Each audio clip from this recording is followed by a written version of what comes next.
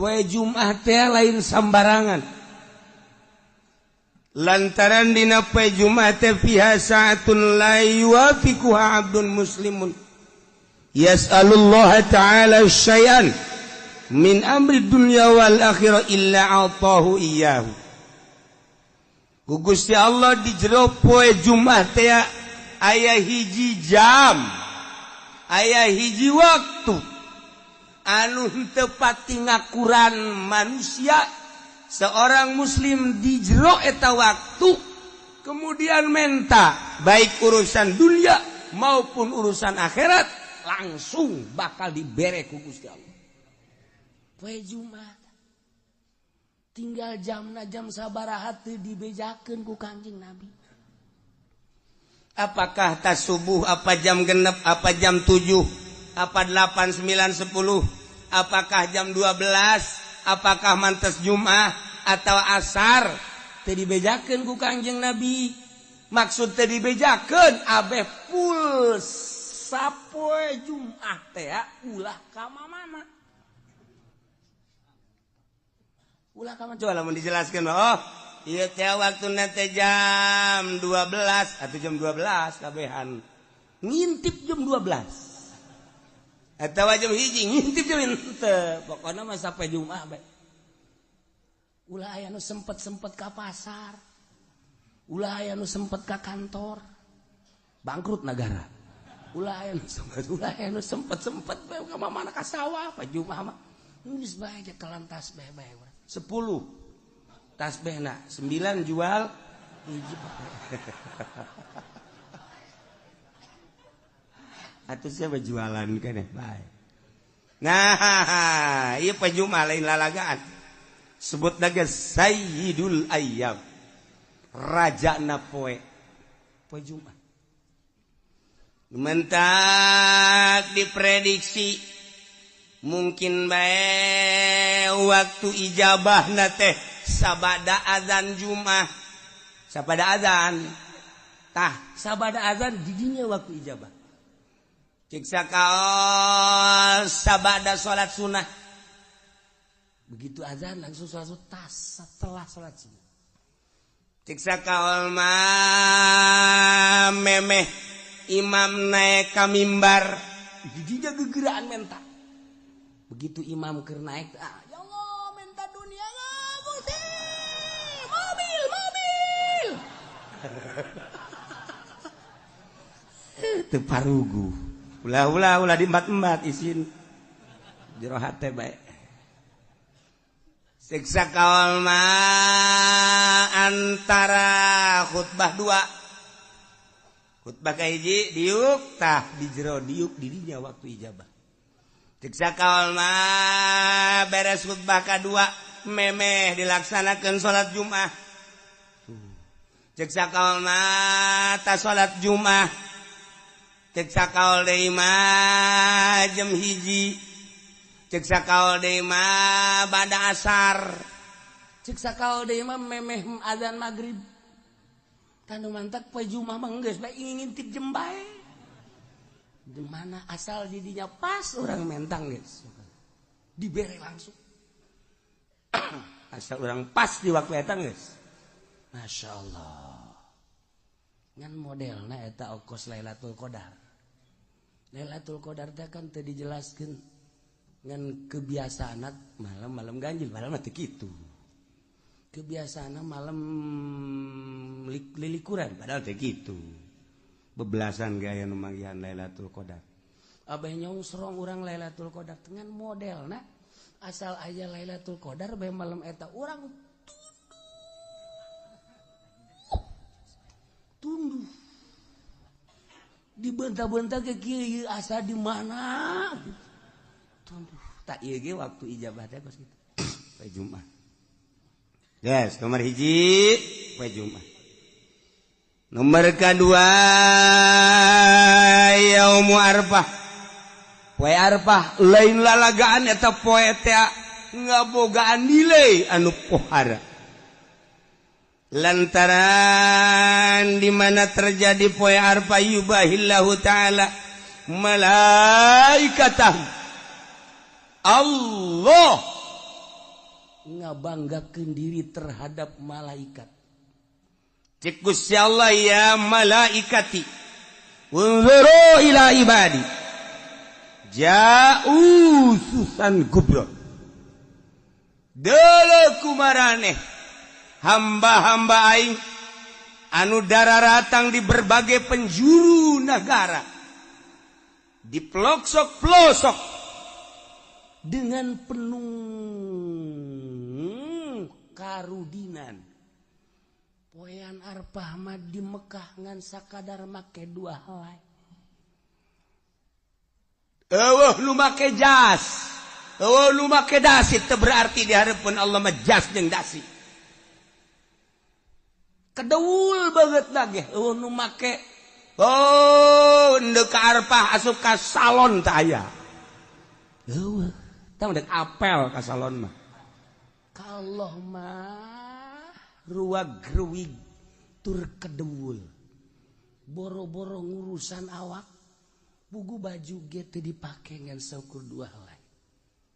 Cek Gusti Allah, hei malaikat pandang ku anjeun. Qad anfaqul amwal, nyana daratang ka arpah, aya nu ngajual sawah, aya anu ngajual mobil, aya anu ngajual buruan imah, aya anu ngajual kebo, berikut jeung anak kotok-anak kotokna. Tuh deuleu menghormati ka aing kabeh ge hayang. Lain bae nu ngoran nini bengking tuh deuleu Gusti. Aki-aki deuleu dararata. Hayangnya usah malaikat tuh. Nini itu mah tuh embe dijual, kotok dijual, buruan imah dijual jeung anak-anak kotokna.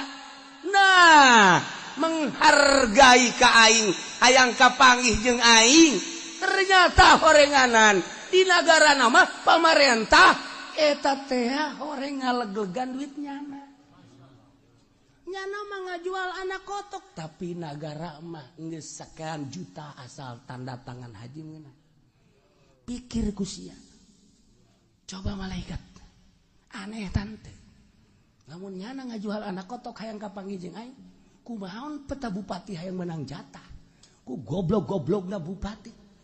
Ku goblok-goblokna presiden. Tuh, anak kotok dijual hayang kapanggih jeung aing nyana. Meuli Lexus tolong teh coba. Tapi eta mah begitu. Di Amerika lain di urang. Di Amerika tuh mana? Di Amerika begitu.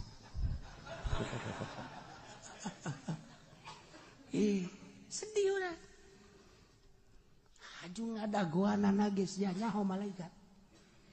Aya anu 5 tahun. Beyana cenah di Indonesia mah 27 tahun. Kabur malodar sia. Hayang kapanggih jeung aing tuh. Taha. Saksian ku aranjeun kabeh geura ge. Hajuat Abul Abdan, isyhadu inni ghafartu lahu. Tidak terkecuali nu aya di Arfah, ku aing dihampura kabeh dosana. Untung jasa jelema nu di Arfah. Untung jasa jelema nu di Arfah. 2 tah poe Arfah. Hiji poe Jumat, 2 poe Arfah. Geus urang ge atuh poe Arfah geus ulah make ihram bae. Sanajan di dieu ge. Kunaon mah haji pene make ihram, nah aing nurutan di Arfah bae sakieu teh geus. Ya kieu bae geus set. Haju daharna ge di lapangan. Nurutan di Arfah bae di ditu. Ulah nyisiran banan. Kayak anakna mawa ka grogol misalnya.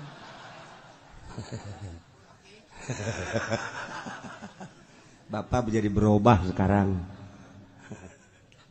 Iya. Nomor katilu yaumun nahri. Poean lebaran haji. Qarrabal abdu kurbanahu. Tiap jelema anu ngalaksanakeun kurban. Allah mah teu hayang dagingna. Allah mah teu neuleuh getihna.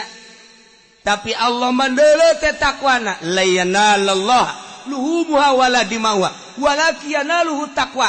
Los daging nama jang sia dahar ku sararia, tapi aing mah nilai nu ku aing katarima takwana eta jelema. Fa awwalu qatratin qatarat minal qurban takunu kafaratan likulli dzambin amilahul abdu. Setiap tetesan getih nu nyek celekatana nu dipencit ku hiji jelema maksudna korban eta teh ngajadikeun pangampura dosa. Setiap tetes trak mangkaning sabaraha gelaseur getihna. Ieu getih sacek-celek bae suara ya. Iyalah PR lebaran. Mulia jasa. Teu bisa urang kuari mah masjid korban kuari teu bisa.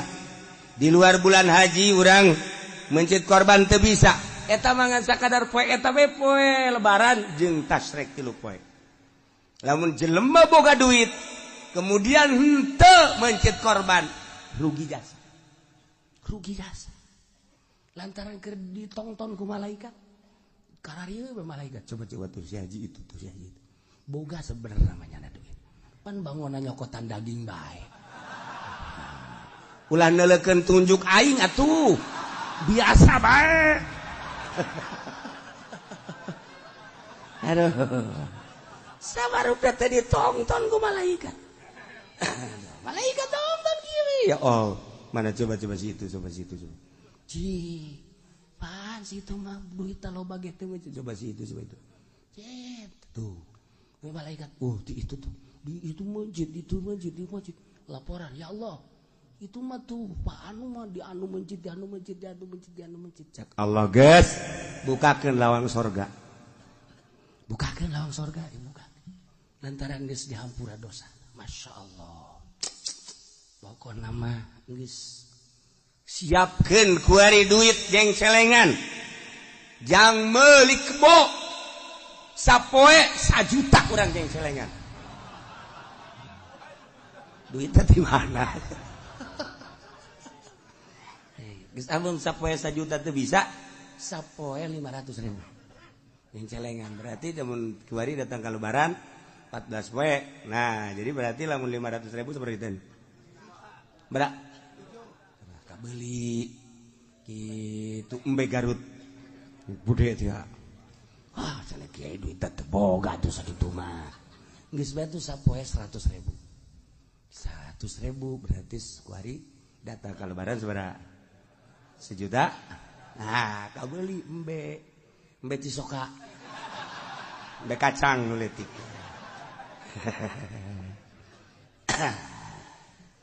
Geus kuari mah lamun jadi tukang ojek, ngojek kuari sapoe-sapoena. Tah duit gojekna sing meunang 1 juta ceng celengankeun. Cek tukang ojek di mana horeng kiai. Boro-boro meunang 1 juta. Kadang-kadang babaturan manuhunnya. Sial teh babaturan. Emang ge ai babaturan menumpang nuhunnya. Urang heuheuh eta tukang ojek teh. Atuh biasa we tapi lamun aya jahe mah. Set, deuk mayar ge enggak usah. Ikhlas saya mah. Udah jadi langganan aja dah. Saya mah ridho. Sial tuh tukang ojek. Masya Allah. Geus mah deui teu puguh karu. Eueuh logak naon direm. Gut. Karasa yang nyenud ka dieu. Tukang ojek teu bareres. 2, 3, 4 Yaumul Fitri. Poe lebaran fitri. Eta teh lain sembarangan poe. Lantaran diawali ku puasa. Setelah selesai puasa sebulan, nyana seakan-akan dek nyokot gaji. Berangkat timah masing-masing ke masjid untuk mengambil gaji. Cek Gusti Allah, syahidukum ini qad ghafartulah. Kain dihampura opat hiji poe Jumat ngeunggus kolot mah geus bae. Geus poe Jumat ulah ka mana? Geus kolot bang geus bae poe Jumat ulah ka mana? Ulah ka masjid-masjid di imah bae. Teu beres teh kolot. Jumat, yaum arfah, lebaran, haji, jeung lebaran titip. Poe nu opat eta mah lain sambarang.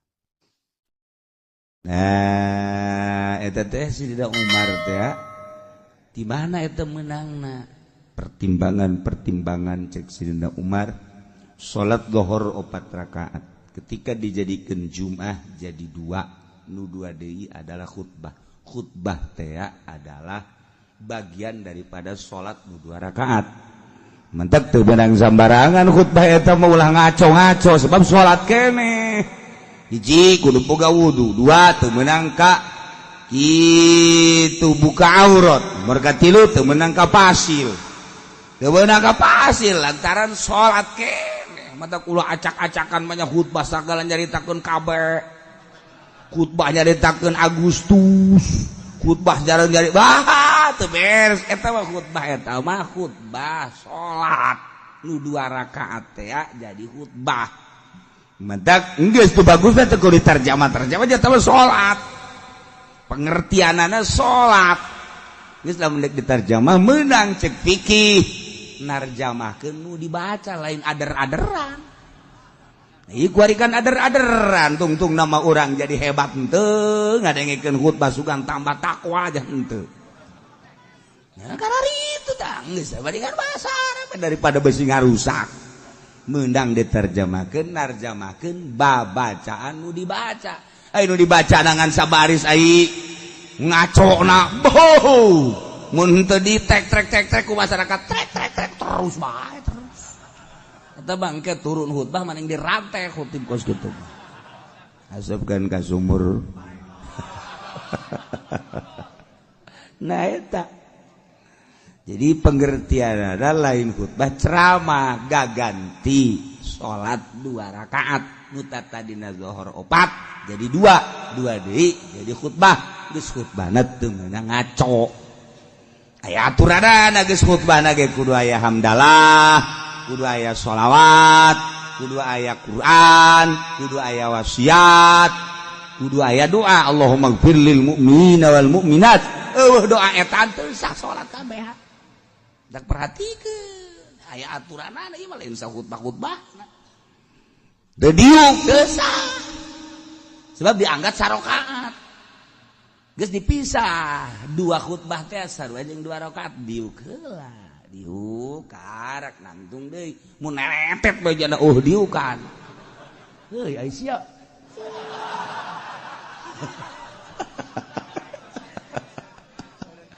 goblok sia aing ge garusak salat aing sia. Nah eta lan mah khatibna kudu nu paham ulah tarjamah acak-acak ieu mah salat. Deuk khutbah mah nya deuk ceramah ketas Jumat atau meme Jumat. Oh, ceramah sadekna nya ada tekan budak ngebudak geus tah. Cenah nu ngadengikeun atuh karasa ku sia berarti sia teu dipake karasa. Ieu mah keur salat ieu mah ditah Allah. Tungtung nama pan kulantaran salat ieu kan anu ngadengikeunage teu meunang teu ngadengikeun. Idza sa'idal khatibu 'alal mimbar fala tatakallam. Wa ma yatakallam fala faqad lagu. Wa man lagu fala jum'atalah. Deuk kumaha coba? Di mana khatib naik ke mimbar ulah ngomong awas urang. Lamun ngomong berarti lalagaan sia lain keur salat. Wa man lagu fala jum'atalah teu boga jumat sia teu sah. Ye, atuh mah khatib urang lalagaan. Bila perlu main coklak di dieu. Ye, atuh khatib da kudu duladeuleuh pan ieu kos ge oh berarti robah khutbahna atuh. Geus babarodo masyarakatna atuh khatibna kudu nu pinter. Oh, ngarusak aing khatib khutbah aing. Ulah dipaksakeun. Berarti barodo geus atuh bere penerangan atuh ku khatib. Bere penerangan ulah datang ka ngarusak salat teh ieu salat Jumat teh rusak atuh kabeh ge dikarubah. Diacak-acakan. Tah, ieu keur sakalian nyaritakeun Sidina Umar. Ieu bulan ieu nu mantap 40 gaganti ta'zir. Nah iya ge khutbah gaganti salat 2 rakaat jadi khutbah hendak teu bisa teu meunang teu buka wudu hati-hati jeung teu meunang lalagaan urang bae urang nu ngadengikeun teu meunang nundutan nya salat nundutan Imam geus adzan Allahu akbar Allahu akbar Allahu akbar Allahu asyhadu an la ilaha illallah geus bare nangtungnya Mas khusyuk jasa aju nu digigireun ngantep deui imam geus mulai Allahu akbar bismillahirrahmanirrahim nya kakara kudang nya deuk nangtung isin deuk diuk bae pan nya ada salat kumaha aingnya cek saya sih hade ya urang bae urang heula mimitian sing rapih jangan masjid nu rapih sebab ieu mah Jumat salat ieu mah lain lalagaan bisi aya khatib anu ngaco urang henteu bisa negor khatib pindah salat Jumat pindah ye urang di dunia moal kebel dibawa acak-acakan ku khatib bloon ieu teu nyahuan bawa eta salat acak-acakan segala caritakeun ngaler ngidul ngetan kul tarjamah keun dibaca lain haju acak-acakan hayu tarjamahkeun alhamdulillah hamdan katsiran alhamdulillah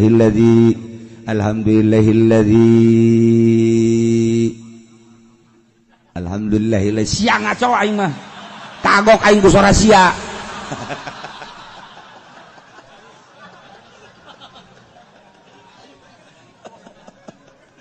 aduh masya Allah.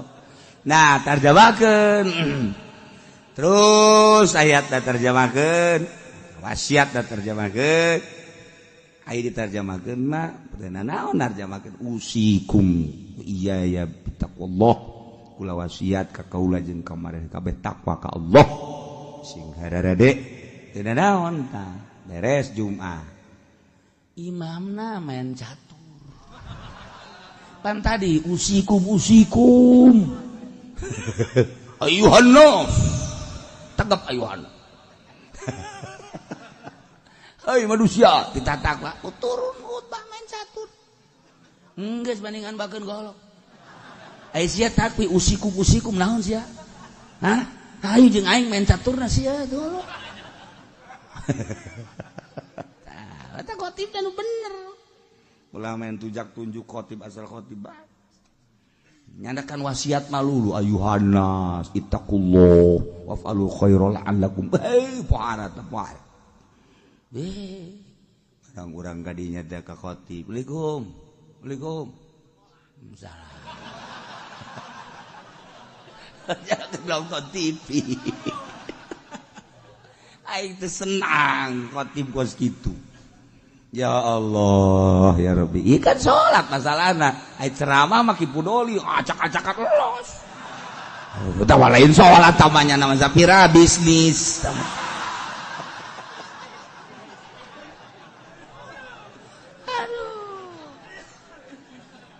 aduh ieu kudu bageus teu pati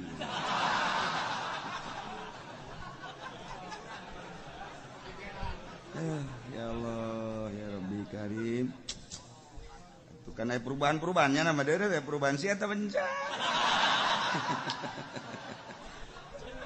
kadangin aku orang kutub berapa nih coba ge jadi bayar ngomong kan aku tuh berapa di kos gitu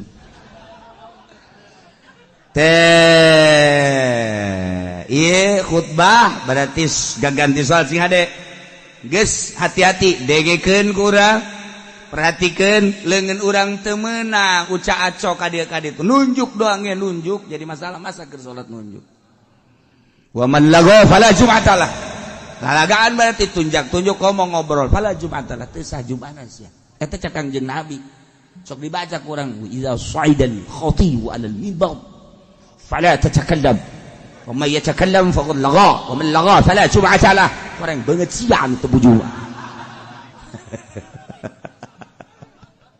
ya Allah ya Rabbi eta hadis eta kan dibaca tuh urang mah ji sugan teh naon cenah hartina makana tanyakeun atuh ji sugan teh eta mah hadis naon bae idza sa'idal khatib 'ala al-minbar di mana naik seseorang khatib kana membiun mimbar pada cacakallab ente ulah ngajablog wa may yatakallam sahaja lamun ngomong faqad laga berarti heureuy lalagaan Menlago pada Jumat lah cak Kangjeng Nabi jelema lagan berarti teu sah Jumat.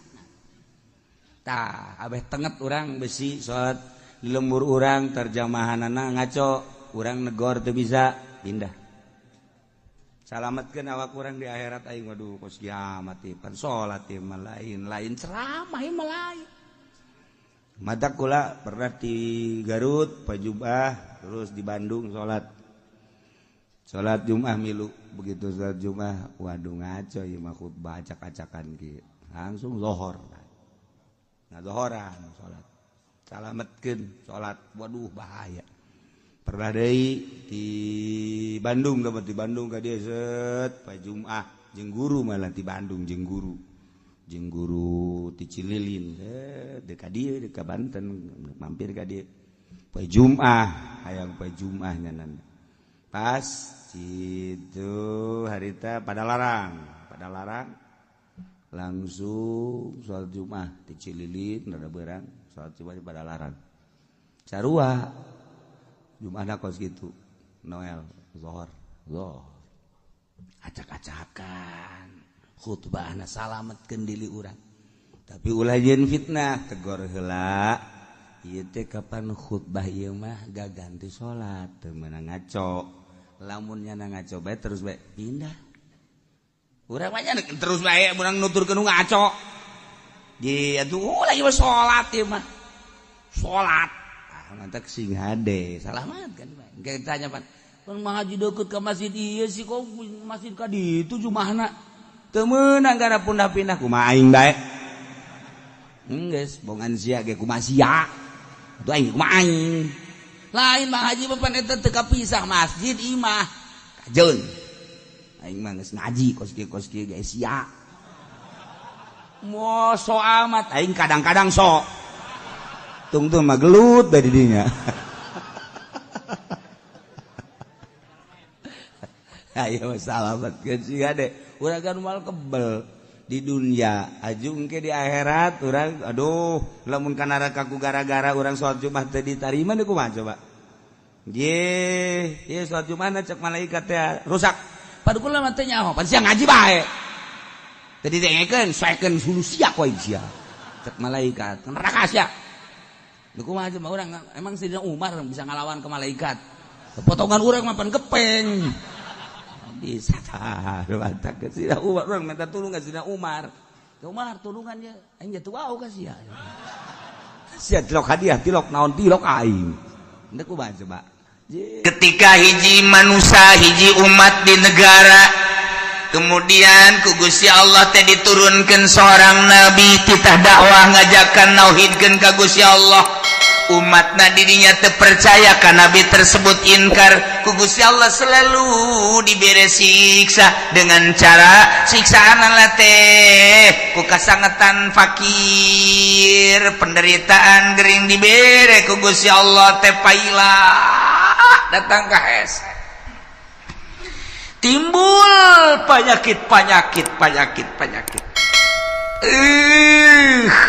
maksud Allah kitu teh supaya berpikir manusia la'allahum yatadarra'un la'allahum yadurra'un dibere susah ku Gusti Allah dibere garing manusia maksudna supaya jelema tadarru ka Gusti Allah nurut ka Rasul nurut ka Nabi nu diutus ku Gusti Allah DPDP supaya tunduk supaya ngarendahkeun diri anu dimaksud kadituna supaya percaya iman ka Allah iman ka para nabi-nabi Allah subhanahu wa ta'ala eta umat nu baheula teh kitu tah heula tah eta teh sebagai contoh nu baheula cak Gusti Allah terus datang ka Kangjeng Nabi Muhammad datang ka sabada Kangjeng Nabi Muhammad teh dikitukeun bae bakal kayak dibere susah dibere garing maksudnya supaya iman ke Allah Indonesia baheula baheula teh di zaman kitu Belanda urang nu nyaritakeun di zaman Belanda dongeng-dongeng bapak urang baheula emak urang baheula ngeunahna cente lantaran eueuh roti boborosan kunyana dicabut geus maboros pare geus maboros kalapa boros panon pandan dan lain sebagainya di dahar kunyana kunaon eta lantaran eueuh bala-bala di dahar kan kunyana susah kabelah dieuna terus kaleuweung diteangan kunyana buat tangkal ieu yang ngeunah ieu aya sueg dicabut dibawa ka imah terus dipasian terus dikulub golotrok di dahar di kalapaan cak langeun aya tetanggana nu nurutan fajar sueg kunyana hareng badur mabok nyana eta kan zaman eta teh zaman susah nah ieu zaman susah ya diberes susah ieu keur zaman harita baheulanan zaman nenek moyang urang baheula jadi geunah bejana sagala derowak ngeunah nu asak mah sagala cente ngeunah sagala kingkit ngeunah sagala kitu katokak ngeunah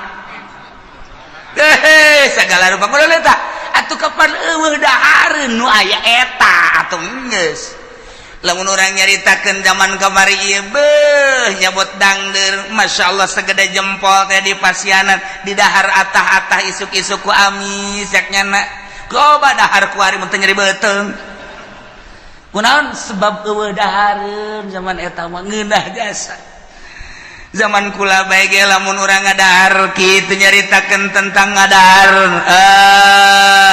naon dangdeur atah pernah ngadahar kitu huwi nu atah ngeunah ngadahar sao atah ge ngeunah sao atah ya Allah ya Rabbi ku ngeunah eta sao teh komo rada mengkal-mengkal mah ya Allah sao atah di dah nu mantak baheula mah lamun aya rujak tumbuk teh rujak tumbuk mantep jasa lantaran sagala ararata araraya ngeunah kuari mah kuari loba dahar teu ngeunah nu kos karitu nah ieu dibere hararese ku Gusti Allah tapi eta jelema lamun ba'da magrib breng ngararaji ka imah ustad nu tinggalin ngaraji kabeh mari ustadna ge teh yang dibayar jeung hayang-hayangan ge nu mayar ieu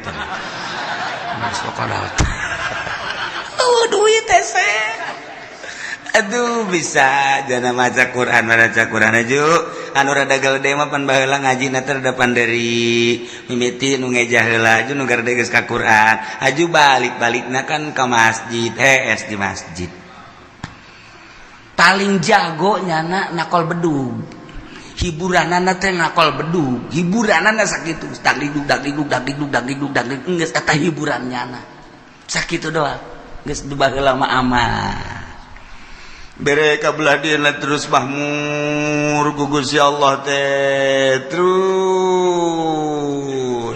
engke paroho deui ka Allah jadi bere susah deui ku Allah kuari bae kuari leletikanana ya kieu bae ini mah keur carita perorangan bae ulah kabehan ada perorangan ini kege kaharti kakabehan ge kege kaharti kakabehan Waalaikumsalam nuh Kiai doakeun kula mana kula dek dagang Kiai aduh boga modal supaya maju bae namun maju mah pan masjid tuh omeaneun jeung nya teh pondok pesantren amis ngeunaheun kadengena kana ceun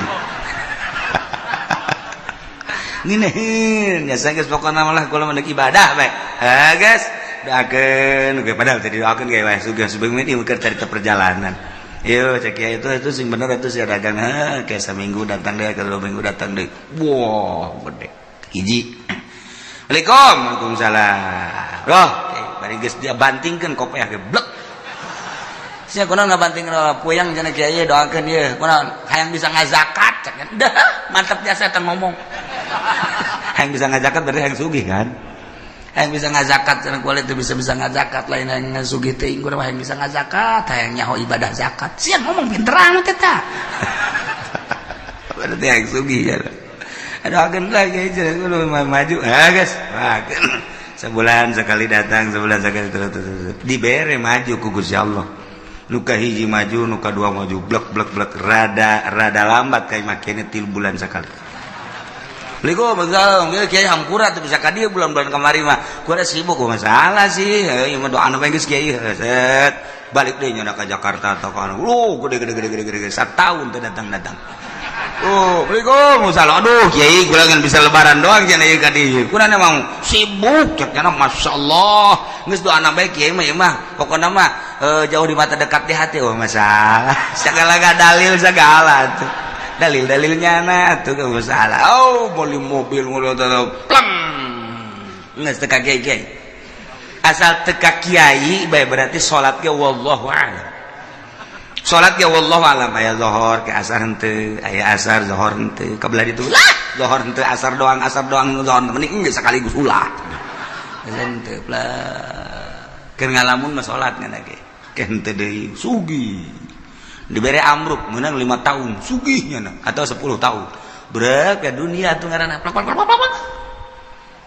datang deui kiai mangga Waalaikumsalam Waalaikumsalam lu kiai benaon jadi duh orang kos kieu nya kiai aya kamar wajang kula deuk mondok bae macem-macem sagede mondok nek naon geus teu kuat cenah hirup ieu orang kos kieu lah dunia sakumaha kieu sok didongeng-dongeng kunaon emang amrok kiai dagang bara tahun 10 tahun kula teu ka dieu sakali da ka dieu kula amrok aing mah pake kokoset bae tuh sia teu meunang tak kiai ngomong kos kitu teu meunang ieu keur carita doang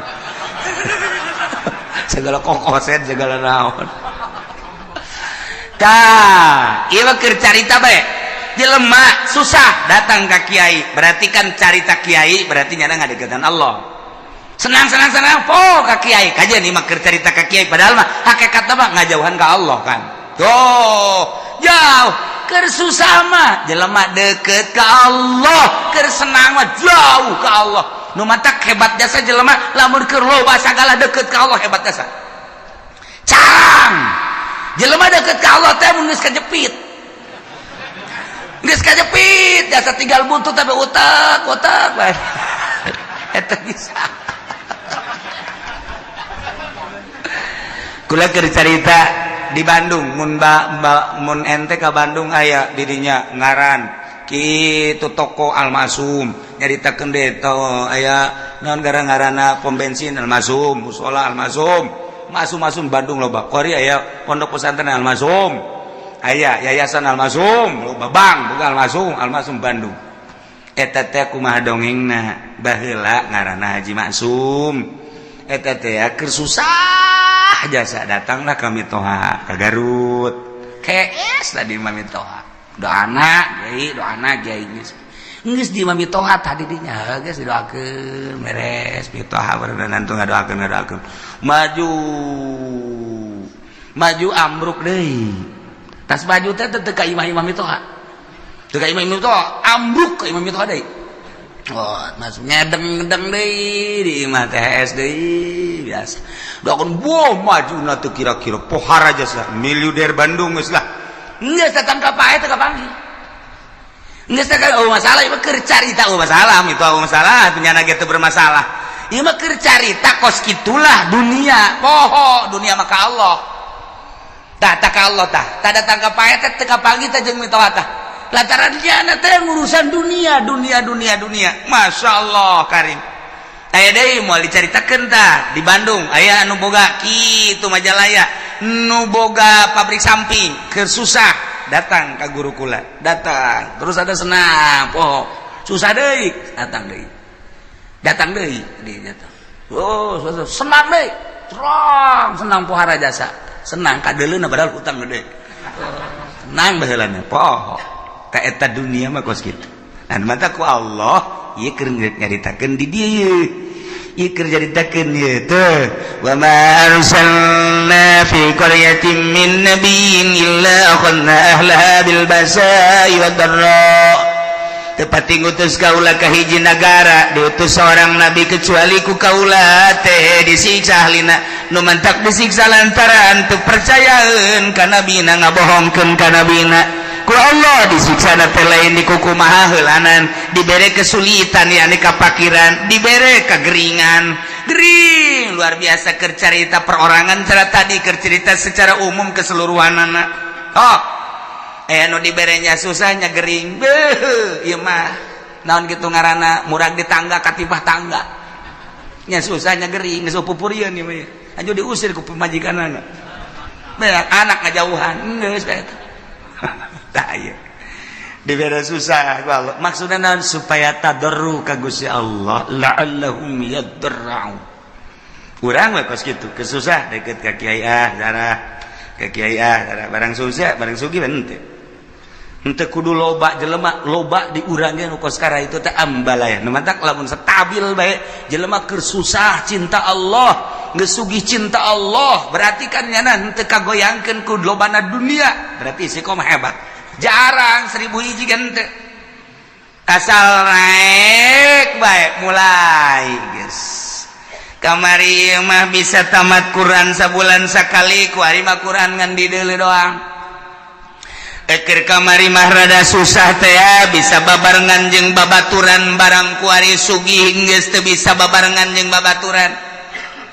kamari ieu mah keur rada susah teh bisa seserian barang sugih mah tuh geus teu bisa ku ari mah sibuk Bandung teh Surabaya teh Singapura teh Jakarta teh nah eta teh kos karari itu teh engke poho ninggalkeun setik kan itu urang bae ku ari lah maula ke salat sunah lah tin miti teh salat sunah terus kabelah dia ke mabadiah bae lah cuma qobliyah jeung badiah henteu kabelah ditu mah bisa-bisa teu salat kabel itu bisa tuh salat tak eta kos kana itu tak eta teh teguran ti Gusti Allah nah jelema diutus nabi ku Gusti Allah sebuah negara lantaran kacau teu inget ka Gusti Allah utus nabi dakwahnya sageus dakwah teu percaya disiksa ku Allah dibere kesulitan carana teu hujan-hujan lamun geus teu hujan atuh taneuh dangkal batal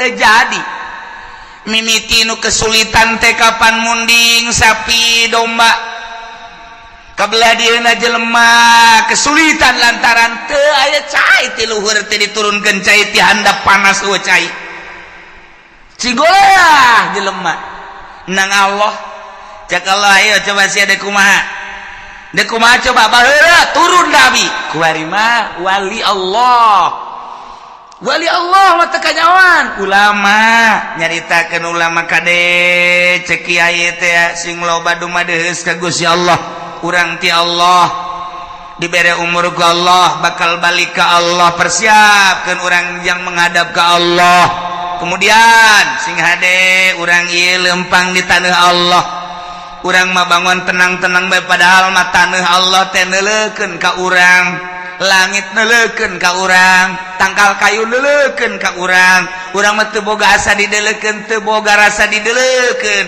kok kaditu teu boga rasa dideuleukeun ku Gusti Allah jauh ka Gusti Allah malah judi malah mabok teguran ti Gusti Allah dibere susah kesulitan higi kuari-kuari keur ditegor ku Gusti Allah pabrik balalang krup nunggus di PHK leuwih ti 50% ulang kampung kuari pabrik nu aya ge encan jelas manajemen geus teu jalan lantaran ekspor impor teu jalan sebab dolar makin naik kuari geus 13,4 kadituna lamun 14 geus leuwih parah deui antara pembelian bahan baku jeung produksi jeung penjualan teu seimbang sehingga PMHK-an anu dilobakeun lamun kuari encan jelas bakal datang ka iraha maka pabrik mulai gulung tikar geus pabrik gulung tikar berarti karyawan sabaraha ribu kali kuari keur aya kitu 50 pabrik atau 100 pabrik sapabrikna menelan manusia kitu 2000 baheula keur dirata-ratakeun kali 100 sabaraha jelema nu nganggur pulang kampung ka ditu terbengkalai nu boga kontrakan nu tadina ngandalkeun kontrakan di daharna teh tajang sagala rupa na kontrakanna ditinggalkeun maya listrik bapan terus bae nu geus eueuh nek kumaha tinggal nyana bae tambang mana gantung diri bae gitu ya mulai itu terbengkalai je bang di urang kumaha pasarkan ku hari kurang geus teu jalan artinya teh jalan teh kumaha jalan mah ala kadar jalan tapi kan lain cara biasa aset anu biasana satu hari menang 1 juta ku hari mah teu menang 500 acat ieu keur carita nu leutik carita nu gede ieu encan jelas datang ka irahana encan jelas nah ieu keur dicoba ku Gusti Allah nu tenang-tenang santri doang santri suka mikiran pabrik henteu santri mikiran tani atuh henteu santri memikiran perekonomian henteu nya teh nyaho ka ekonomi ka politik teh nyaho santri mah sebabnya nama jadi wali kabeh menaik nyaho wali santri ya tuh tenang bae nya ngitung bae we cenah geus wayah balik-balik Assalamualaikum seuseuria padahal mah kolot-kolot duh anak aing geus datang deui we bah dua poe balik deui ka pondok kudu aya duit 1 juta boh aduh sekolah tadi ayo ngakal di anak ayo ye aya duit berangkat eueuh duit kula moal geus susu lobong ada kira ka pondok deui pondok meuli ji Samsu kieu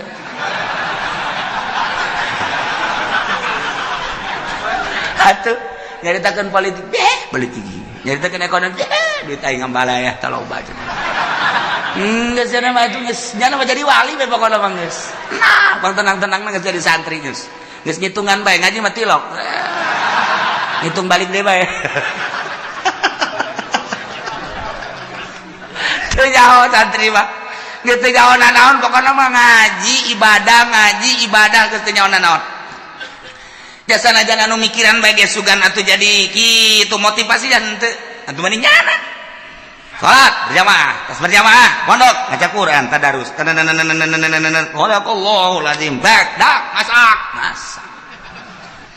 beres meuli botan dak duit aing ambual aya ti bapak aing pugu bapak nama ngedagang naon gitu ngartoge ngek geus teu nyawana naon ya dagang dangdeurnya nanjak kesangan tengah jalan kesangan kosokan heula ieu dorong deui ka ditu jual datang anakna duit bah meuli gudang garam kadeleunna mah rokok padahal kesang bapak eta cucu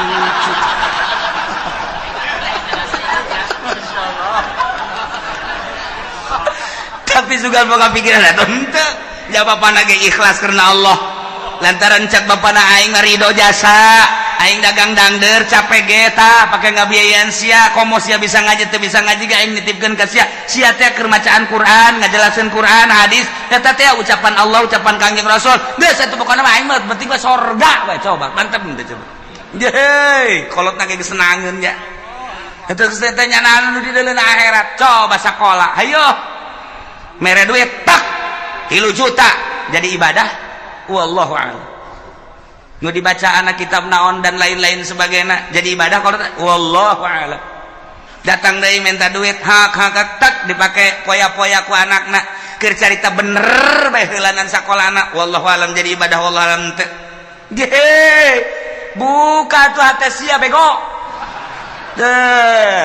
kalau teh ieu mah keur nu capek bae tah mere ka anakna keur carita bisa ngajina geus pohara keur teu bisa ngajina dicatet ku malaikat masyaallah anakna cicing di pondok keur berjuang ngalaksanakeun muacaan kitab Allah dawan Rasulullah dawan ulama dibiayaan ku bapakna anu ngantar wasilah ngabiayaan anakna memeh anakna ka sorga kudu bapana heula amin amin sa anak sia teu sakola teu mondok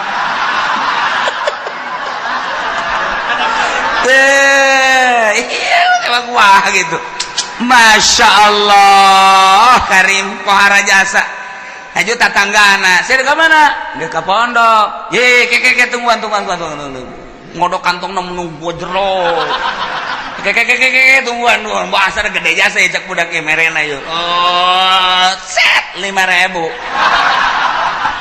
ceknya nanti aing nggak daguan ngodok kantong mangel ya 5.000 doang dari tadi geus mere-mere kan Masya Allah mantak kula inget baik kula meuli bejakeun jelemana waktu kula keur mondok aya seorang pengusaha sok mere ka kula tah dek kapanggih aya deui urang di nu sok mere tek datang ka kuari inget baik kuari geus marah naon kuari sok dihadiahan bae ku kula bu aing baheula teh meuli kitab dibiayaan ku eta seorang pengusaha tah kuari sok dihadiahan bae lah garati anu ternyata ge pasti aya akhirnya teleungi tah hate teh tah nyana ngabiayaan teh sok mere mun balik sok mere mun balik sok mere aya deui dulur mun da balik menta tah mah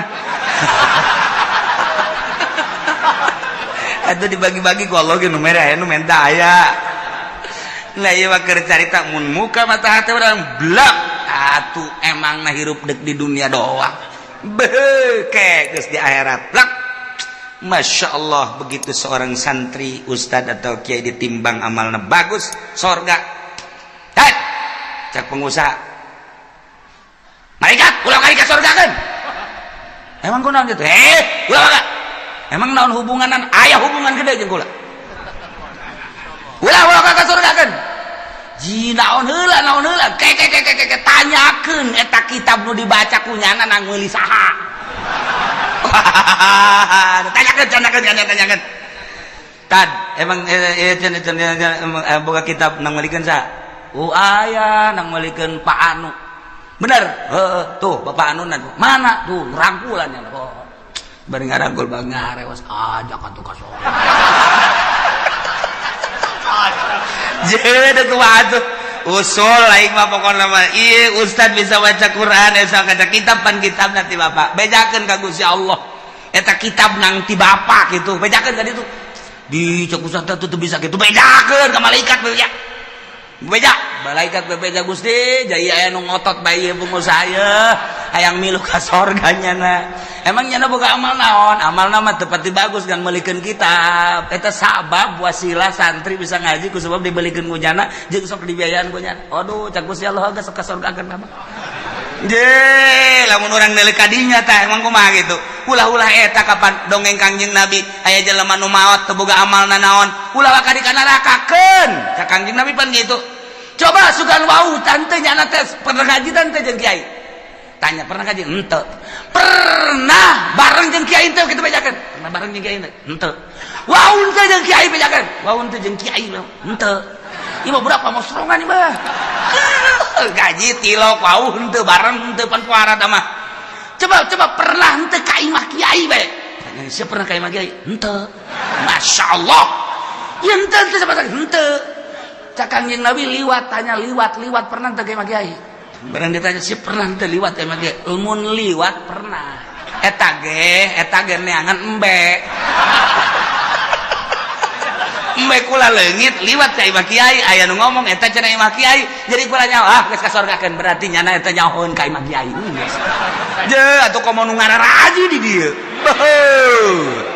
tah eta nu ngabiayaan sarana agama mah kos kitu lain lalagan eta dongeng Kangjeng Nabi ditanya heula coba pernah ngaji henteu henteu pernah waun henteu henteu pernah bareng teh jeung kiai henteu pernah ka imah kiai henteu silaturahmi henteu wow pohara jasa ieu mah sama sakali cenah mah ieu liwat ka imah kiai eta doang eta ge neangan embe salam tuh mau imah ngabiayaan kan pohara jasa Masya Allah nah ialah tepati-pati kaulah ngutus seorang nabi ke hiji negara kemudian bangsana jeung umatna ngabohongkeun ka eta nabi kecuali kaulah nyiksa ka ahli negara eta ku cara dibere kesempitan kesusahan anu luar biasa perekonomian teh jalan pertanian teh jalan dan lain-lain sebagainya teh jalan sulit luar biasa wadbarro jeung penderitaan gering timbul gering-gering segala gering darah tinggi segala darah rendah segala ginjal segala macam-macam gering jelema teh geus mah kitu segala makroni segala kitu diet sirah dan lain sebagainya bahkan aya penyakit anu dibawa ke dokter teh geus ngecek melalui ronsen melalui kitu SG teu kapanggih penyakitna dicek dokter cek sehat pugu gering tapi cek dokter sehat bapak ini udah pulang aja sehat. Buku gering, bingungnya lagi. Aing gering dibajar sehat. Dokter bodoh. Guys, bukunya lagi geringnya lu ngarasakeun tapi cek dokter teh melalui ronsen penyakitan meleus ge penyakitan. Darahna bagus ya teh, bapak sehat ceknya cek jantung sehat, cek paru-paru ge sehat. Tapi nyana nangis teu bisa kicep-kicep acan. Cek dokter pulang, bapak sehat. Aing gering ceknya teh. Nah, ini bukan bagian dokter. Coba ke sono ke Jampang Surade. takut ada gaang di dalam perut nih, coba. Nah, iya geus teu kapagieun. Ku dokter ge geus teu kapagieun. Oh, dibawa ku ari ka kulon ka Pandeglang, ka Cadasari aya di dinya teu nu make iket. Oh, ini penyakitnya cekel ping-pingna lot keluar paku tuh dulu. Tuh paku kos kieu aya di jero awak. Untung bisa hees gesaknya nanti. Masya Allah cak nu nganter tuh lamun 3 kilo mah bisa pakai ngabangun tah paku. Mana aya di jero awak kudu aya pakuan saga bohong. Boro-boro paku urang kasura ge leutik jasa nyeri jasa tuh paku sok bada kieu. Mah urang teu percaya bae. Itu canya nanti apa dulu, imah tidak selesai, imah mau selesai, dicokotan kieu mah sebab di imah ya orang hideungan. Kudu mayar, ya mah segala apel jin, segala apel jurig, segala naon. Wah, tambah cai, tambah daun. Eta bener apa gitu bohong, nu karana itu. Aya penyakit itu bener, temen eta mah bohong, dukun ngaranna. Nah, ieu disiksa ku Gusti Allah. Maksud Allah mere peringatan la'allahum yadra'un supaya DPDP supaya tunduk rendah diri kadituna iman ka Gusti Allah nu kafir supaya iman supaya percaya ka utusan Allah anu geus iban ka Allah supaya balik tobat ka Gusti Allah supaya mantep menghadap ka Gusti Allah subhanahu wa ta'ala.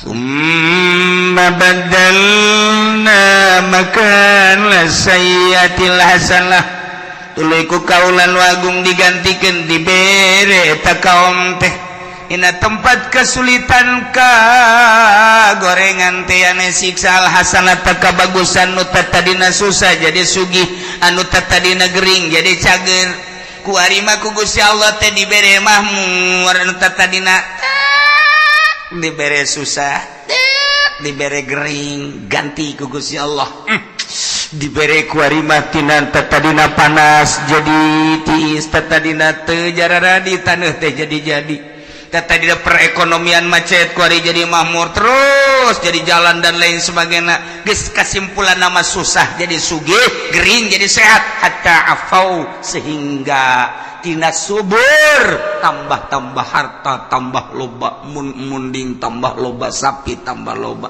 domba tambah loba ayam gitu kene kendaraan tadina boga motor hiji jadi 2 jadi 3 mobil gitu kene bahkan jeung pamajikan ge nambah tadina hiji jadi 2 jadi 3 ku makmur-makmurna masyaallah kohar anak baradakan jadi loba ta'afau tadi dengan boga anak hiji 2 ku 5 mun ditanya ti bibit itu 10 bibit itu 10 bibit itu 10 4 bibit jadi 40 geus lamun dek lebaran mudik jang anak doang nyewa bus ta'afau makmur jasa ibu pohar jasa kumaha eta dikitu-kitukeun ku Gusti Allah ke dibere susah ke dibere sugih ke dibere gering ke dibere cager eta teh kapan menang Allah maksudna Gusti Allah teh supaya inget bahwa ieu teh dadamelan Gusti Allah geus ana dadamelan Gusti Allah supaya iman ka Gusti Allah geus iman ke ibadah ka Gusti Allah supaya mantep nauhidkeun ka Gusti Allah subhanahu wa ta'ala. Tapi kumaha eta kaum waqalu cek eta masyarakat teh kufrun linimat kana kufur kana nikmat sing hadeta maki kituan tekod masa abaana dara wasarra bapa moyang urang baheula ge osok dikitu-kitu baheula ge lain osok dikitu-kitu emang geus terjadi ke susah ke sugih engke paila engke subur tiba lagi kitu ke perekonomian macet ke perekonomian teh jalan atuh tiba lagi derek moyang urang ge kitu sarua jeung urang ieu teh ulah ditekadkeun bahwa ieu ti Allah wa hadhihi adatud dahri ieu mah emang geus kos kitu bae kaayaan zaman masa Guaring geus aya diceli urang loba jasa ketika aya gempa urang mah nyaritakeun ieu teh peringatan ti Gusti Allah, ieu teh siksa ti Gusti Allah. Sebagian ngomong ieu mah kejadian alam. Caritakeun angin topan deg urang mah nyaritakeun ieu teh peringatan ti Gusti Allah siksa lantaran di dinya teh aya sumber maksiat anu teu katahan, mungkin bae perzinahan, mungkin perjudian, mungkin bae di dinya teh segala kredit dan lain sebagainya. Dia siksa ku Gusti Allah. Tapi nya nama lain, ini mah kejadian alam. Ada tuh dahri emang geus biasa zaman mah kos kieu. Jadi kan tsunami dat peringatan ti Gusti Allah. Urang mah nyaritakeun ieu teh peringatan ti Gusti Allah. Nya nama lain kejadian alam. Lantaran di urang antara nu mukmin jeung nu fasik jeung nu kafir loba, dedengean loba. Tapi ka urang lolobana dah kejadian alam eleh mukmin udah teger di televisi ngomong ini adalah merupakan peringatan dari Allah siksa titik geus kuduna kitu. Ieu lain kejadian alam. Nyaritakeun kejadian alam malulu. Teu harayang aing mah ngadengen ge. Eueun tegas ka kitu ta ka Allah. Hati-hati kita kembali kepada Allah. Kudu nama di TV gitu, hai para kafir, iman kepada Allah. Coba nyana di sel geus lah pokona. Nih kan kudu ieu mah kejadian alam deui. Da iya jelema nu kalalupur nikmat teh ngomongna teh qad masa'abana dara wa syarra. Urusan kos kieu mah tuh bapa moyang urang emang kakeunaan baheula aya susah aya sugih. Aya panas, aya tiis, aya masyarakat aya menan gitu ngaranna, aya keur paila, aya keur subur. Atuh baheula ge karari itu ke Gusti Allah dibere angin, teu Gusti Allah engke ge aya angin, ke gempa. Emang ieu mah wahadi ada tu dahri walaysat biuqubatin minallah. Lain siksa Allah, ieu mah kejadian alam. Tiba heula nangis kitu nurun ka urang ayeuna. Nu mantak caknya nangis pakunu ada ma antum ada geus sing araya maneh mah maneh bae geus ulah nyaritakeun Allah geus mah lain siksa Allah lain kejadian alam. Maka lamun ku Gusti Allah geus diperingati melalui paila melalui panas tapi teu daek iman ka Gusti Allah, teu daek sadar merendahkan diri ka Gusti Allah, ketunggu cek Gusti Allah ujung-ujungna fa'akhadnahum baghtatan wa hum la yashurun. Teh ku Gusti Allah disakalikeun siksana baghtatan teh sekaligus kaget sekonyong-konyong wa hum la yashurun bari manehna teu nyaho kana waktu datangna memena sugan aya kitu warning sen-sen teu aya langsung bae. Emang kamari ieu waktu aya tsunami Aceh teh emang aya peringatan teu aya jeger kabeh ka bawah. Waktu kamari ieu di Padang emang aya peringatan awal geus ku Gusti Allah diperingati awal. Tapi kaberani itu tetap teu iman. Gak gempa sabaraha ribu manusia anu teu disalat. Teu Sukabumi gempa, Garut gempa, Yogyakarta gempa. Nu kuari mata anu celian nu pengkor anu leungeunnan dan lain sebagainya masih kadeuleu keneh kurang Yogyakarta teh. Tapi tetep teu iman ka Gusti Allah. Awas cak Allah. Namun ku aing kuari peringati melalui panas. Ku aing diperingati teu aya hujan. Sawah-sawah batela dan lain sebagainya hawa anu sakieu geus teu benyatu jeung urang panas luar biasa eta teh sing inget sia-sia teh nang aing ieu cuaca nang aing panas nang aing balik atuh ka aing cak Gusti Allah. Lamun sia balik ka Allah aman ku aing sia. Tapi lamun sia teu balik ka aing ieu kejadian alam deleukeun ku aing sia. Lamun ku aing teu didatangkeun baghtatan awas tuh mun ngeri orang sing lobakeun istighfar keluarga ka Gusti Allah Subhanahu wa ta'ala di lembur-lembur ayo istighfar astagfirullahalazim wa atubu ilaihi minimal 70 astagfirullahalazim wa atubu ilaihi atau anu panjang astagfirullahalazim alladzi la ilaha illa huwal hayyul qayyum wa atubu ilaihi atau sayyidul istighfar Allahumma anta rabbi la ilaha illa anta khalaqtani wa ana 'abduka wa ana 'ala ahdika wa wa'dika masata'udzu bika min syarri ma sana'tu wa a'udzu bika bi ni'matika wa a'udzu bika bi dzambi faghfirli fa innahu la yaghfiru dzunuba illa anta ta eta baca ku cenah panjang ting teh Kiai nu pendek bae astagfirullahaladzim li wali walidayya li ashabil ukul ajibati alayya jamu simu Muhammad eta ge panjang kene cenah Kiai nu pendek bae astagfirullahaladzim wa tubu ilaih eta ge panjang kene sia moal ngamaca ieu sia mah panjang keneh bae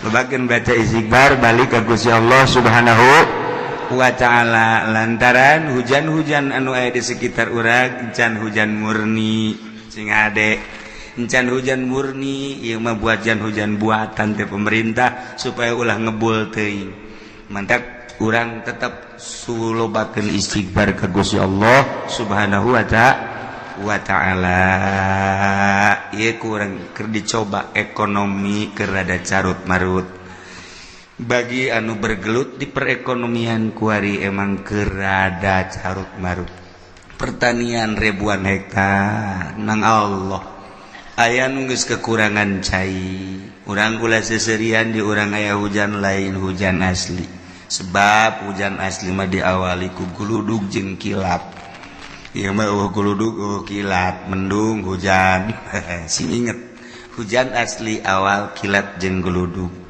ketika guludug jeung kilat lain asli hujanna ieu mah sakadar peringatan jeung urang hati-hati ulah obrot teuing tetep urang make caina lobakeun istighfar ka Gusti Allah Subhanahu wa ta'ala ajakan di lembur ku urang babalik ka Allah komo datang ka kafir-kafir arasub Islam minimal urang nu agamana Islam tobat ka Gusti Allah Subhanahu wa ta'ala walau anna ahlal qura wallahu a'lam.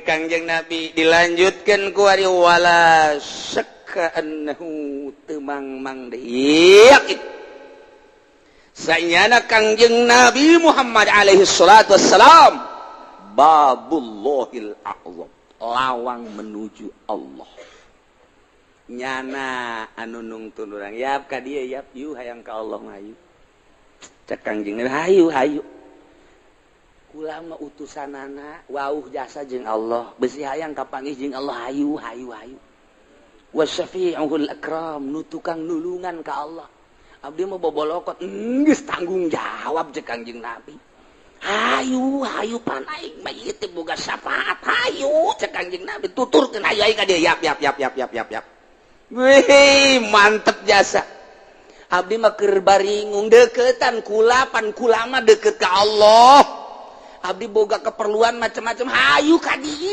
hayu dibejakeun ja Allah atuh anu bakal ngahasilkeun hayu ka dieu Kangjeng Nabi nu mantak urang teh moal jadi wali kajen kukumah ge tanpa maca sholawat ka Kangjeng Nabi Muhammad sallallahu alaihi wasallam eta guru-guru torekat langsung ngasupkeun la ilaha illallah tanpa dibacaan sholawat teu lalahana konyol tama guru torekat kos kitu dek melakeun la ilaha illallah can loba maca sholawat torekat bloloon guruna nu boloon ye atuh dek la ilaha illallah teh dek ka Allah ai anu dilawangna Kangjeng Nabi kok atuh henteu melalui Kangjeng Nabi babullahil a'zam Kangjeng Nabi teh ye lawang ye ka dieu ku aing ditungtun ye asal siara deukeut ka aing urang teu baca sholawat ka Kangjeng Nabi nutup pintu Allah moal bisa kajen ting baripat teh moal bisa kajen bohong Kangjeng Nabi cicing di lawang ka dieu hayu ka dieu geura cek Kangjeng Nabi hayu anu ngusulkeun ka Allah abdi mah isin loba keperluan aya keperluan naon abdi mah isin loba kabingung boga kabingung naon hayu dilaporkeun boga ulah tuh Kangjeng Nabi nan mantak urang kudu bersisi lah Kangjeng Nabi na teu aya geus nitipkeun ka sahabat teu aya geus nitipkeun ka para tabiin geus teu aya nitipkeun ka atba tabiin teh ka atba tabiin hayu jakang Kangjeng Nabi ge tuba liman roani wa tuba liman roa man roani wa tuba liman roa wa roa man roani wa tuba liman roa wa roa Habib Rozak terakhir tempat kos gitu lain Habib Rozak iyo tuba tinggal deketan ieu saha nu sok loba maca sholawat ijazah sholawat lobakeun heula maca sholawat ulang hayal jadi marifat ulang hayal jadi wali sholawat bae heulana wayu bae bari lempang sholawat bari diuk sholawat nungguan kitu di masjid maca sholawat deuk dahar maca sholawat ngeuk sare maca sholawat bila perlu ka pamajikan ya Allahumma sholli ala cak pamajikan kieu abad teh cenah cak sholawat beneng elenan le pas menjelang nganggeus Allahumma sholli cak pamajikan Habib kok napa ngededet sholawat nih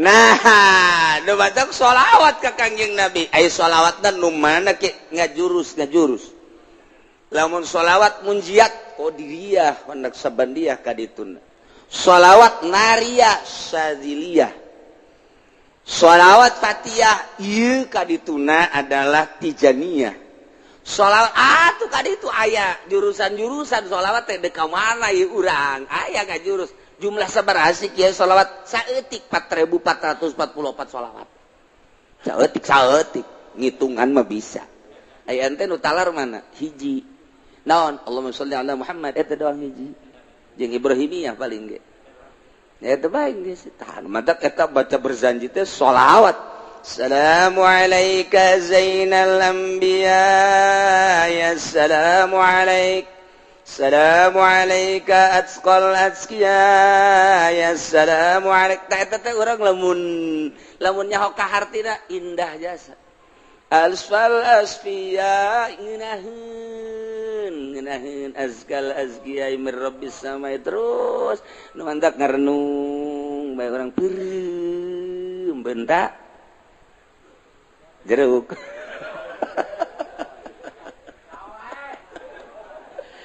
Masya Allah nah kos gitulah nikmat jasa Kangjeng Nabi hayu tepikeun Kang ke ku sebab sering jasa urang maca sholawat haju urang ngahayal sabisa-bisa urang ngahayal teh make ilmu kaistimewaan Kangjeng kemuliaan Kangjeng sehingga kagambar Kangjeng teh dina hayayan urang dina benak hati urang kakasepan kagantengan kagagahan kaistimewaan zahiran wa batiran moal teu ngimpi urang moal da kagak teu ngimpi kajen kumaha ge nu dihayalkeun eta okos urang ngimpi ngahayal hayang mio ngimpi urang ngahayal hayang mio kaimpi urang naik mio wah dina impian nabrak kebo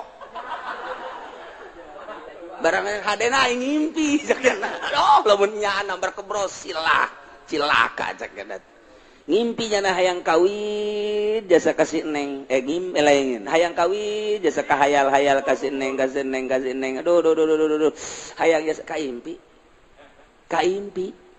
kapanggih dina impian oh neng Masya Allah padahal mah dina asli nama teu bogoh dina ngimpi mah bogoh asli mah henteu geus ditolak sama barakali geus ditolak sama barakali teu seueuh dina surat lagi geus aya kos gituan tah nonsen macem-macem lah dina impian mah nyada daekeun nyada kurang dibawa waduh kos film India Romi Yuli kapanggihnya na wah aja gugulingan kos dina film India ngobrus aya kali gejebur ka kali sial adena ngimpi doang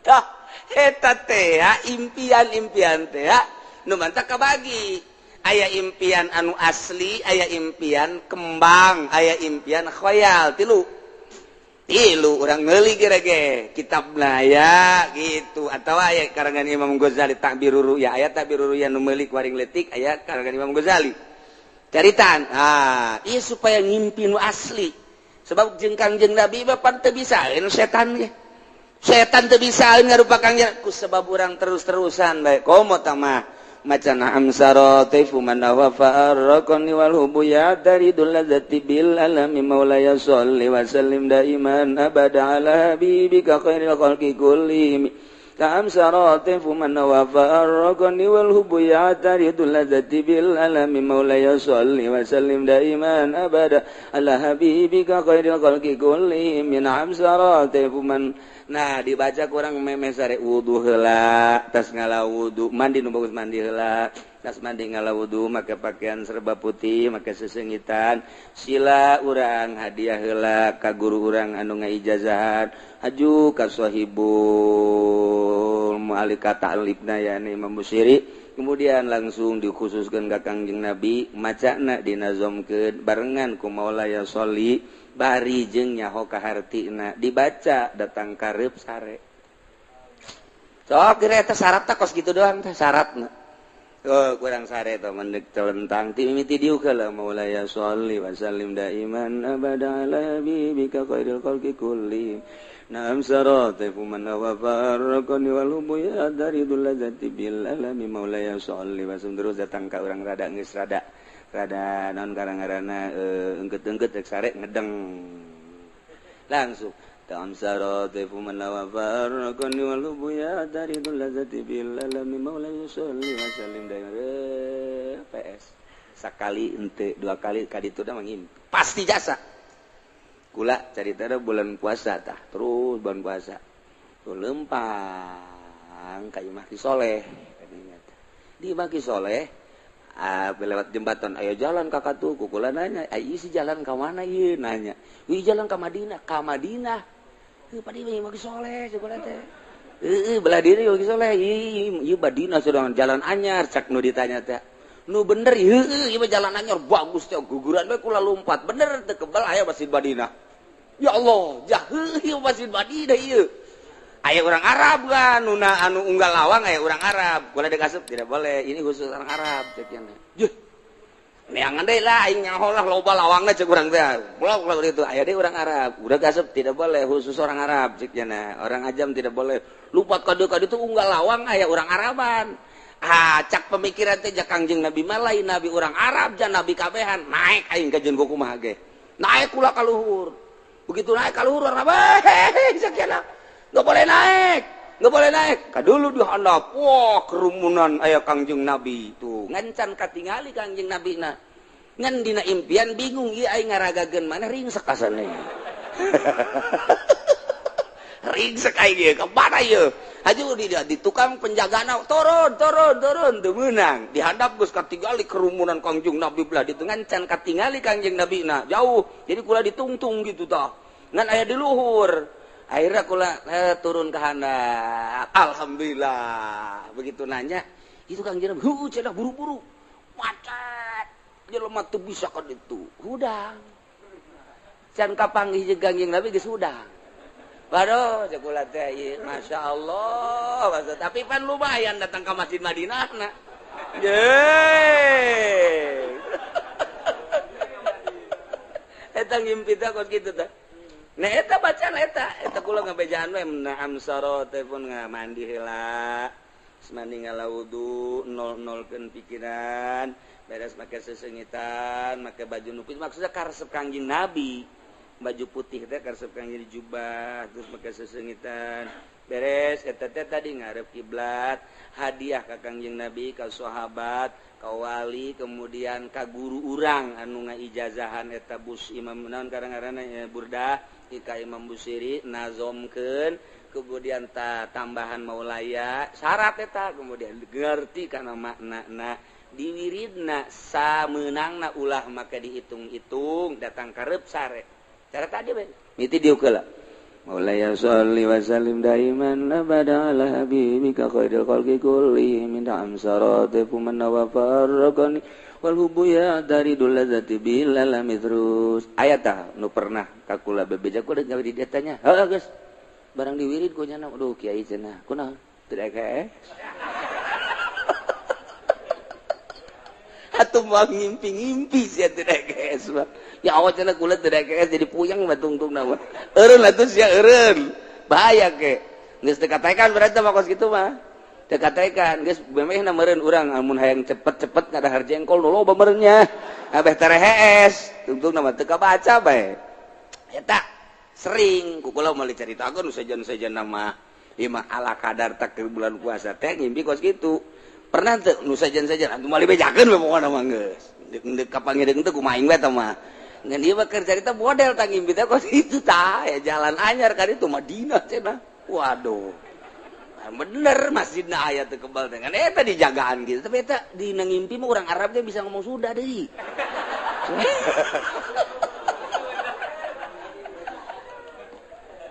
wah geus abah bebeja baheula abah waduh tos ngimpi kasasawan teh bebeja ka kula bebeja aduh abah anu ngimpi kepanggih jeung Kangjeng Nabi pohara jasa teh mah geus pohara aju di Madinah eta mah lain ngimpi aneh abah mah mantap kaju tilu poe teu ka masjid da abah moal ka masjid cenah tilu ieu mah heulanan kuda henteu bebeja asa sare asa henteu aya Kangjeng Nabi nu mantak atuh teu ka masjid abah asal eta kitu asa tilu poe masyaallah geus saya caritakeun lan teh eta wiridan eta ngan abah terus munjiata nu paling dia teh munjiat tunjina mantap kudu diijazahkeun heula eta Kangjeng Nabi asal geus urang kapanggih pernah kapanggih jeung Kangjeng Nabi bae lain neuleunan naon ihina neuleunan naon teh hina eueuh deui pangindah-indahna ngimpi kapanggih jeung Kangjeng Nabi mah geus indah jasa nikmat jasa kababayang bae deui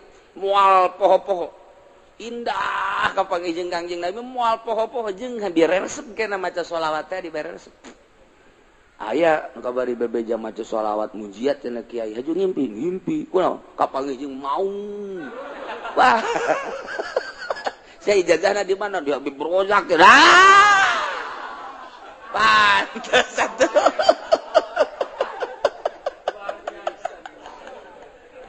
aduh masya Allah atuh untung tak kapanggih jeung maung sia aduh gagah maung mah salah ijazah masalah tes ya jauh cina diberen aja kos gitu